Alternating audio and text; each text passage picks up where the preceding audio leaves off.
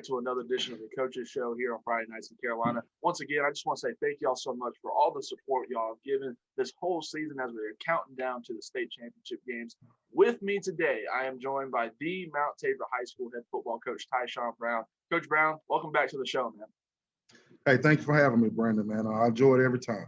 Yeah, exactly. And the last time we had this, it's been a minute. It was actually my second ever interview with Friday Nights in Carolina. Yeah. By that point, we were still figuring out if we had a spring season. And, before we get started into this week, I have to ask, through all this COVID-19 season, and now going into a state championship game, what has been the huge message that you have learned, or what are some of the things your coaching staff has learned throughout this whole process?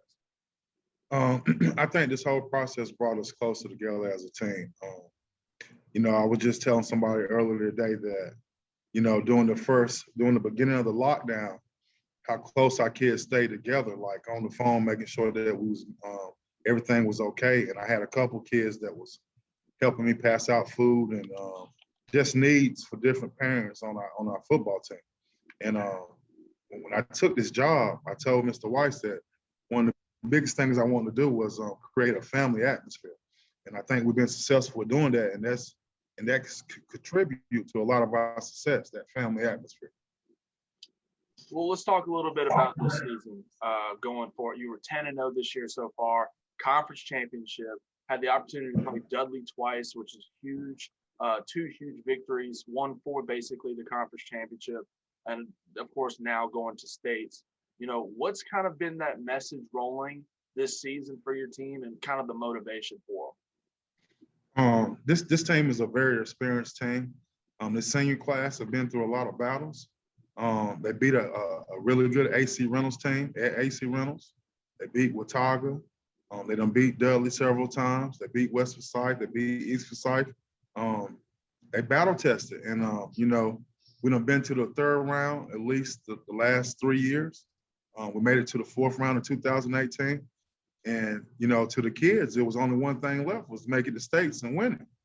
So, we have stayed focused and stayed on the course, practiced really hard, and I'm just glad to see that their hard work and effort has paid off. So let's dive into this game that is coming up. You're playing Cleveland. Cleveland is a really, really good football team. They have a running back that is really talented, but he's still pending if he is still even going to play or not. Not a lot of speculation has been made quite yet. So going into this game, what's kind of been the message on both sides of the ball playing against Cleveland? They have a really great running back. I'm not sure if he's going to play or not. That guy's a top 20 guy in the nation. So he's definitely somebody that you got to think about. But most importantly, man, the quarterback is what made them go, Mr. Locklear. This guy's dynamic with his feet. He can beat you with his arms. They got a big old line, and they backup running backs is pretty good, number 4 and number 11. So and they got a lot of dynamic skill guys. This is by far one of the best offenses we've seen. These guys can really, really score the points. Defensively, they're extremely aggressive. They're gonna change the front, bring a lot of different blitzes, and try to cause chaos. And so we, every week we want to play good defense, run the football, and play really good special teams. Coach, my final message to you is this. You're 1 win away. It's 1 win away from something that a lot of people at Mount Tabor have never experienced before, one of those state championship victories. When it comes to that moment, what would that mean for you as a personal level, or what would that mean for Tabor City? It's just about making history, man.